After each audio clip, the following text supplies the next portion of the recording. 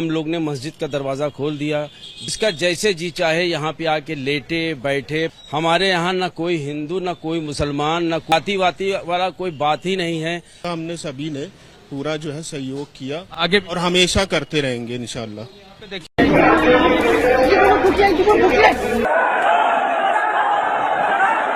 जो उस भगदड़ के ऊपर राजनीतिक घटना दुखद है, मर्माहत करने वाला है। जय श्री राम। मौनी अमावस्या के दिन इतनी भगदड़ हुई, कितने लोग परेशान हुए, कितने लोग आदाहत हुए, कितने लोगों की जान गई। लेकिन आज मैं ऐसी चीज़ें बताने वाला हूं जो उसको लेकर करके आप थोड़ा सा सोचने लगे कि ऐसा क्या हो रहा था मौनी अमावस्या के दिन। देखिए, दो चीज़ एक साथ हो रही थी। मौनी अमावस्या के दिन इतने सारे लोग आ गए, इतने सारे भीड़ इकट्ठे हुई एक जगह, और वहाँ पर जिसके लेकर के अफरा तफरी मची, उसको लेकर करके लोग इधर उधर भागने लगे। लगातार भीड़ कंट्रोल से बाहर चला जा रहा था। लोगों को जाने के लिए रास्ता ब्लॉक था। कहीं लोग स्टेशन पे लाइन लगे थे, कहीं लोग स्ट्रीट पे लाइन लगे थे। लोगों को खाने के लिए नहीं था। जो भी पैसे थे जहाँ थे वो छोड़ दिए थे। किसी के बैग कहाँ रखे गए, कहाँ हुए, कुछ पता नहीं। लेकिन इन सब तमाम चीज़ों के बावजूद वहाँ देखने को मिला है कि कई सारे जो बाबा आए हुए थे, अपने टेंट लोगों के लिए बंद कर दिए, उनके दरवाजे बंद कर दिए। कम से कम वहाँ पर जितने भगदड़ हुए उनको रहने सहने के लिए जितना लोग बाबाएं आए थे, अगर टेंट में स्थापित कर देते, उनको जगह दे देते, तो शायद ये भगदड़ को कह सकते हैं ना कि विद इन आवर कंट्रोल किया जा सकता है। लोग वहाँ पे अनाउंसमेंट कर देते कि कोई नहीं, जो जहाँ है वहीं रहे, जितने जितने जहाँ बाबाओं का टेंट है वहीं पर आकर के आश्रम ले, वहीं पर अपने डेरा डंडा डाले। लेकिन ऐसा नहीं हुआ। लोग भागने लगे, भीड़ बढ़ती गई और तफरा तफरी मचती गई। लेकिन इन सारी चीज़ों के बाद कहा जाता है ना कि जिसको कोई नहीं करता वो कोई ना कोई मिल ही जाता है। तो मुसलमानों का दिल पिघल गया, यानी मुसलमान मसीहा के रूप में आ गए। यानी मुसलमान ने अपने इमाम बाड़े खोल दिए, मस्जिद खोल दिए। सब लोग जितने भी सनातनी आए हुए थे, खास कर करके उनके लिए रहने के लिए मस्जिद के दरवाजे खोल दिए, इमाम बाड़े के दरवाजे खोल दिए, और ख़ास करके अपने घरों के भी दरवाजे खोल दिए। और इतना ही नहीं, उनके लिए पानी, खाना, लंगर की भी व्यवस्था की गई। ऐसे कई सारे फुटेज देखने को मिलते हैं। ललन टॉप के जो प्रवक्ता हैं, खास करके जो पत्रकार हैं, खास करके उसकी वीडियोस कवरेज कर रहे थे। तो मैंने उस वीडियोस कवरेज में देखा कि अरे एक ऐसा भी है, एक ऐसी जगह भी है। वहीं पर प्रयागराज में महाकुंभ में एक हिंदू सनातन की बात कर रहे हैं, और वहाँ पर एक ऐसा रुतबा दिख रहा है कि मुस्लिम भाईजान सब लोग वहाँ पर लंगर लगा रहे हैं। जितने लोग भगदड़ में मच रहे हैं वहाँ पर खिलाने पिलाने की व्यवस्था कर रहे हैं, और साथ साथ उनके लिए रहने के लिए जो मस्जिद थे उनके दरवाजे खोल दिए हैं।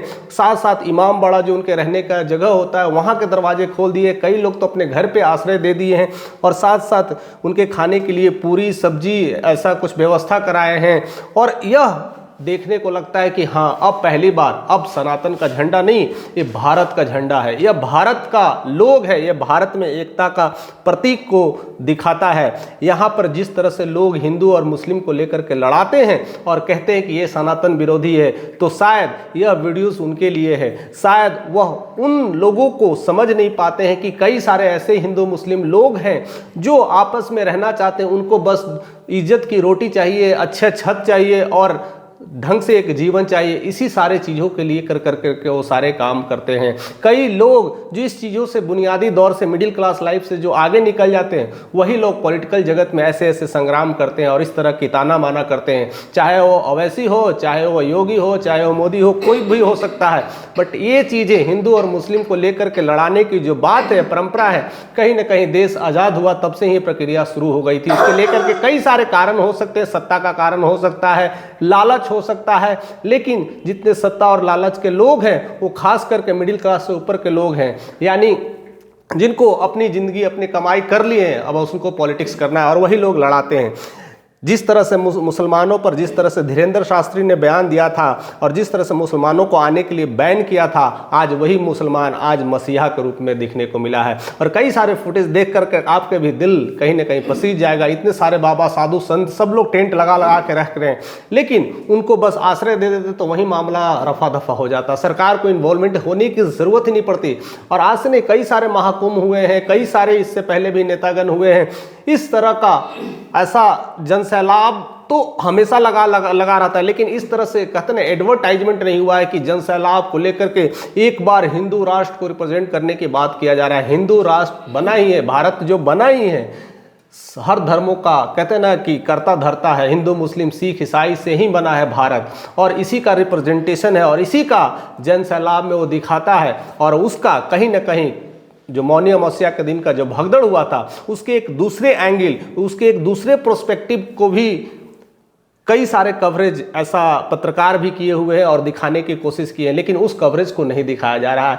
कुछ कहते ना हर चीज़ों के, हर सिक्के के दो पहलू होते हैं, और एक पहलू जो है सनातनी, जो दूसरा पहलू है जो मुसलमान जो दरिया दिली दिखा रहे हैं, जिस तरह से सपोर्ट कर रहे हैं, उस पहलू को भी दिखाना चाहिए। मैं नहीं कहता हूँ कि कई सारे मुसलमान ऐसे हो तो अपने राष्ट्र बनाने के लिए काम कर रहे हैं, ये सब सारे चीज़ें होती है, अलग बात है, लेकिन ये कौन लोग होते हैं? अवैसी जैसे लोग हैं या योगी जैसे लोग हैं? अवैसी जैसे जितने सारे मुसलमान को, अपने भाइयों को एकत्रित कर करके और झंडा को बुलंद करते हैं और अपने आप को, कौम को मजबूत करने के लिए ऐसे ऐसे काम कर देते हैं, जिस वजह से समस्याएं आती है कि हम मुसलमानों पर अत्याचार हो रहा है। और दूसरी तरफ योगी जैसे और शास्त्री जैसे लोग हैं जो इस तरह से कहते हैं कि हिंदू राष्ट्र की बात करते हैं, यहाँ से मुसलमानों को हटाओ नहीं तो बहुत सारी समस्याएं आएंगी। ये सब सारे चीज़ों को लेकर के देखिए, जो ज़्यादातर लोग जो बात कर रहे हैं या तो नेता हैं, या तो मौलाना है, या तो बाबा हैं, ऐसे लोग ही हैं जो हिंदू मुस्लिम के बीच में एक दीवार, एक कहते हैं दीवार बन करके पड़े हुए हैं, लेकिन वो दीवार कहीं ना कहीं टूटती दिखाई दी, वो दीवार कहीं ना कहीं हटती दिखाई दी। और जिस तरह से हिंदू सारे लोग शरणार्थी जितने भी थे मस्जिदों में आकर के ठहरे, इमाम बाड़ा में ठहरे, और जिस तरह से मुस्लिम भाई लोग ने उन्हें पानी दिया, खाना दिया, तो लग रहा था कि अब हिंदू में एक भाईचारा, मुस्लिम हिंदू का भाईचारा है, कहीं ना कहीं अब दिखने को मिला है। ये सब तमाम चीज़ें जो भड़काऊ जो चीज़ें हैं, कहीं ना कहीं इस तरह से घोला जाता है, इस तरह से ऐसे मिटाया जाता है कि आपको कहीं ना कहीं कमज़ोर करने की चीज़ें बनी हैं। ऐसा कभी भी नहीं हुआ था। भारत इसीलिए तो रिप्रेजेंटेशन करता है, हर धर्मों को रिप्रेजेंट करता है, लेकिन कुछ लोग हैं जो इस तरह के धर्मों को तोड़ कर करके और एक अलग ही साम्राज्य बनाने की कोशिश करते हैं। जैसे हर घर का आदमी सोचता है, हर गांव का आदमी सोचता है कि घर में या गांव में मेरी ही चले, वैसे ही देश में भी लोग कुछ ऐसे सोचते हैं, इस देश में मेरा ही सिक्का चले, यानी हिंदू की सिक्का चले, कोई कहता मुस्लिम की सिक्का चले, और इस्लाम तो अलग ही लगे है कि पूरा देश को इस्लाम बनाने में लगे हैं। तो ऐसे कई सारे पहलुओं पर चीज़ें चल रही है। इन सारे चीज़ों को ज़रूर आप बारीकी से देखिएगा, ज़रूर चीज़ों को समझने की कोशिश करिएगा कि अगर भारत की हम बात करें तो भारत में 80% लोग मिडिल क्लास है, यानी मिडिल क्लास से लोअर है, लोग गरीब हैं, उनको डेली खाना मिल जाए इतना ही काफ़ी है। उनको किस तरह के पॉलिटिक्स से क्या लेना देना है? वो तो अपनी आस्था से चल रहे हैं, कुंभ स्नान कर रहे हैं, भगवान को मान रहे हैं, श्रद्धा है, विश्वास है, उनके पीछे नशा है, उनके पीछे मुक्ति के लिए चल रहे हैं। लेकिन उनको ये सब सारे चीज़ों से मतलब नहीं है कि मुस्लिम आ जाए, ईसाई आ जाए, ये सब सारे चीज़ों से नहीं है। ये सब सारे चीज़ें कई सारे जो बैठे होते हैं लोग, वैसे वैसे धर्मों के रिप्रेजेंटेटिव करता होते हैं, वही सब सारे कहते हैं ना सुलगाने का काम करते हैं, कहते हैं ना आग में घी डालने का काम करते हैं। और इन सारी चीज़ों से लेकर के हमें बचना चाहिए, हमें सतर्क रहना चाहिए। और इसी वजह से कई सारे पत्रकार जैसे रलन टॉक के जो रिपोर्टर्स हैं, ये सब सारे फुटेज को दिखाया, ये सब सारे कवरेज को दिखाया है। इस कवरेज को देखने के बाद आपके मन में क्या प्रतिक्रिया उठती है? क्या सोचते हैं कि सनातन में जिस तरह से प्रयागराज की बात कर रहे हैं, क्या प्रयागराज केवल हिंदुओं का ही है? प्रयागराज तो वहां पर कितने सारे लोग, हिंदू मुस्लिम सिख ईसाई, कई धर्मों के लोग रहते हैं, कई जातियों के लोग रहते हैं। रानी मंडी ले लो, शाहगंज ले लो, वहां पर मस्जिद और इमाम बाड़ा का तो लाइन लगा हुआ है, यानी मुस्लिम का गढ़ है। वहां पर भी देखे गए हैं कई लोग 25-25 हज़ार कंबल बांटे हैं।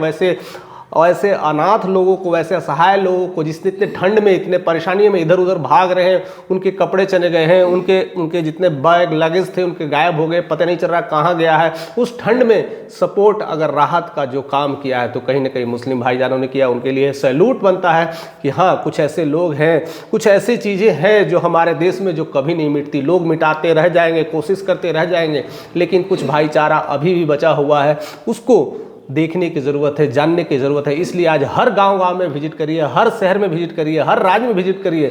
हर संप्रदाय के लोग इसीलिए रह पा रहे हैं कि आपस में लोग कहीं ना कहीं उस चीज़ों को लेकर करके समझते हैं कि हाँ, एक दूसरे के साथ रहते हैं, एक दूसरे के साथ खरीदारी करते हैं, और यही तो परंपरा, यही तो नीति है। लेकिन कुछ ऐसे तमाम धर्म के रिप्रेजेंटेटिव करता है, जो लोग कहीं ना कहीं इन सब सारे लोगों को उस्का देते हैं और वही धीरे धीरे विद्रोह और वही संग्राम में बदल जाता है। इन सब तमाम चीज़ों से हमें बचना है, लेकिन जिस तरह का यह देखने को मिला है वह वाकई काबिल तारीफ़ है। और जिस तरह से वीआईपी को लेकर के वहाँ पर एंट्री हो रही है, जो वीआईपी आ रहे हैं उसको लेकर करके ही सारी चीज़ें प्रॉब्लम्स हो रही है, वहाँ पर भीड़ एकत्रित हो जा रहे हैं, बाकी लोग जो नॉन वीआईपी हैं उनको कम ही हो रहा है।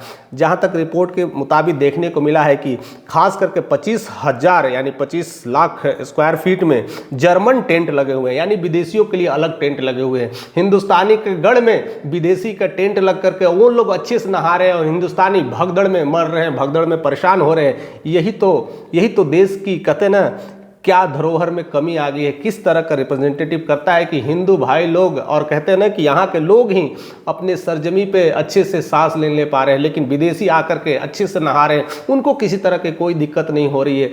यह कहीं ना कहीं देश को रिप्रेजेंटेटिव के रूप में ऐसा दिखाया जा रहा है, या ऐसा कुछ हिंदुस्तान में कैसे ना कहते हैं हिंदुत्व को रिप्रेजेंट करने की ये भूमिका निभाई जा रही है। लेकिन हिंदुस्तान हमेशा कहते हैं ना हिंदू मुस्लिम सिख ईसाइयों का देश रहा है और इसी तरह से यह रिप्रेजेंट कर रहा है।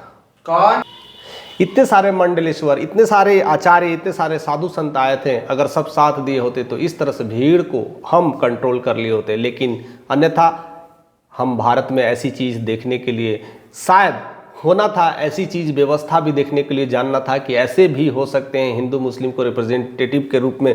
जिस तरह से लोग एक दूसरे के सपोर्ट में आ रहे थे, सामने आ रहे थे, शायद एक दूसरे सिक्के के पहलू को देखने के लिए भी ऐसा रूप आ सकता था।